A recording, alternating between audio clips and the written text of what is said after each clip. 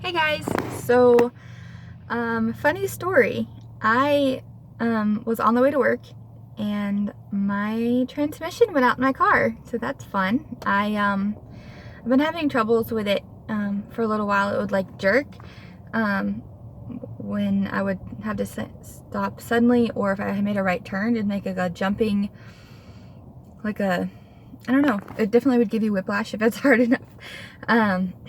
And I've been dealing with that. And now my car, when I first got it, was already older. It's 2004. And when I got it, the person didn't tell me the problems that it had. And the only thing they said was that, there's a CD stuck in the CD player. You won't be able to use your CD player. And I was like, fine, that's okay. However, and so slowly my car started showing signs of different problems. I've had it for about 5 years now, and this November actually will be 5 years. So a couple weeks will be 5 years I've had this car, and I've loved this car. Loved my SUV.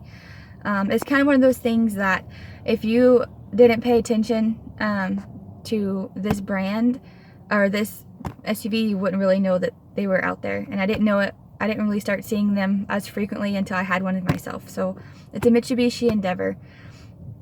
And yeah, I was like, I never even paid attention that these cars even existed until I had one and started seeing it everywhere and noticing it. But I love it. It's so roomy. It's comfortable. It's lasted me about 100,000 miles in between the repairs and all. But so about a year, not even, I want to say 6 months to a year after I got it, I started noticing that the floor was wet, and come to find out that these cars have an issue with the tubing that goes from the AC thing down to the bottom to leave, the vehicle, and it drains the AC. A lot of cars, you'll notice that it drips water and all that from the AC. Well, the tubing at the very top where it connects to the AC compressor to go down to the ground seems to have eroded, and instead of going through the tube, it goes on the outside of the tube, which runs right underneath my floorboard. And so it started getting wet, and I realized what is going on. I looked it up. This is a common problem. Now, to fix that would have been a lot, close to $1,000, because they have to take out the front console and all of that stuff underneath the hood and underneath the steering wheel and all that stuff to fix all of that, which was a lot. So I opted to just not worry about it. I'd get rugs, I'd vacuum it out, get rugs, rubber mats rather, to keep it from getting my feet wet. And so I was dealing with that for a few years, 5 years till now. And then my troubles here and there, I realized after about a year and a half after I got my car, my transmission went out. And so I had that rebuilt. I parked it for about 3 months, saved up money, had that rebuilt.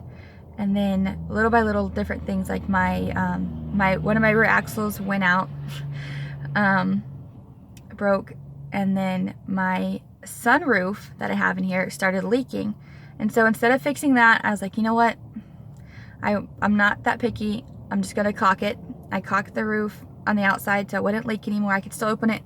The shade part of it, just couldn't open it all the way. I caulked that. And then just this year, my other axle went out and had that replaced. What else? I've had different cosmetic things. My handle broke on my door, my left driver door. My right mirror, side view mirror, broke. Different things. I actually have the mirror to replace it. I just haven't put it on, and there's no point in putting it on now. So those things, and now my transmission went out again. Like, it's been acting up for a little while, but I wasn't sure because a lot of our vehicles our vans, the transmissions have gone out, but this one is a little bit different. It was reacting differently than I was used to it being. Now, I knew it was a transmission issue, but since I hadn't experienced this kind of reaction to the transmission acting up, I wasn't sure how long it would last, what it would take to fix it, what I could do to make it last longer. And so I noticed over the last few weeks it started being more frequent with the jerking and the jumping that it was doing. Only when I stopped suddenly or when I would make a right hand turn. Only right hand turn. And so I did that. And on the way to work today, I noticed that the RPMs were like going up to 5, and I was trying to drive and it was 40 miles an hour. I'm like, something's about to happen today. That's just like the last time. I got on the on-ramp and it went out just like it had the first time. So I was like, oh man. So called my work, say, hey, my transmission just went out. I'm going to try to make it to work. I don't know if I can. Apologizing for that. Normally when you call out, it needs to be like 2 hours in advance. Well, this was kind of unpredictable. So 2 hours in advance wasn't going to cut it for this one. But that's okay.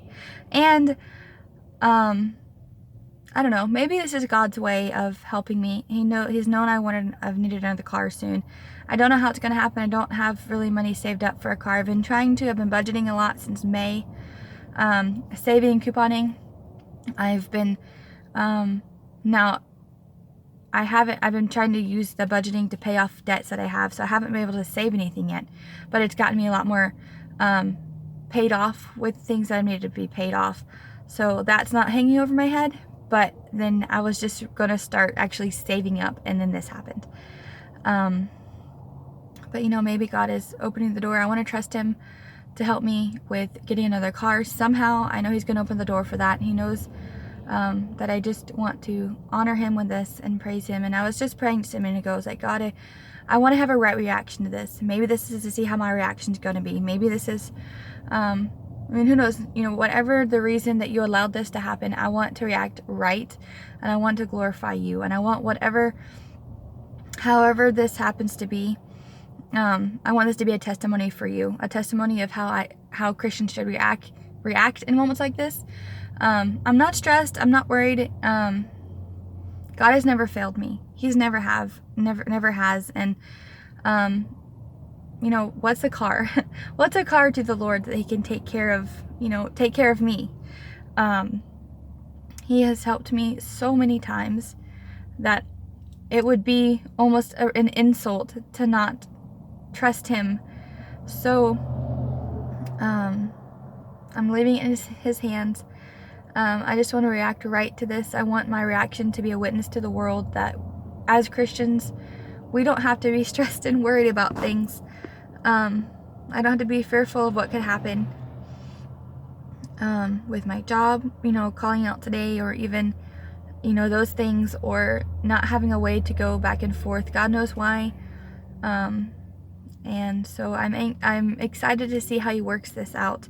I have faith that He will work it out. I have faith that He'll do what He says He's going to do.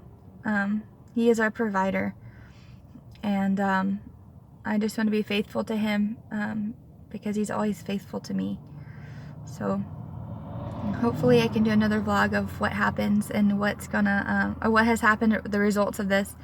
And I want to be able to share this testimony that God provided when I didn't have funds to buy another car. I didn't have funds to take care of what I needed to take care of immediately. But that's how life goes, right? Things happen when we don't expect it to.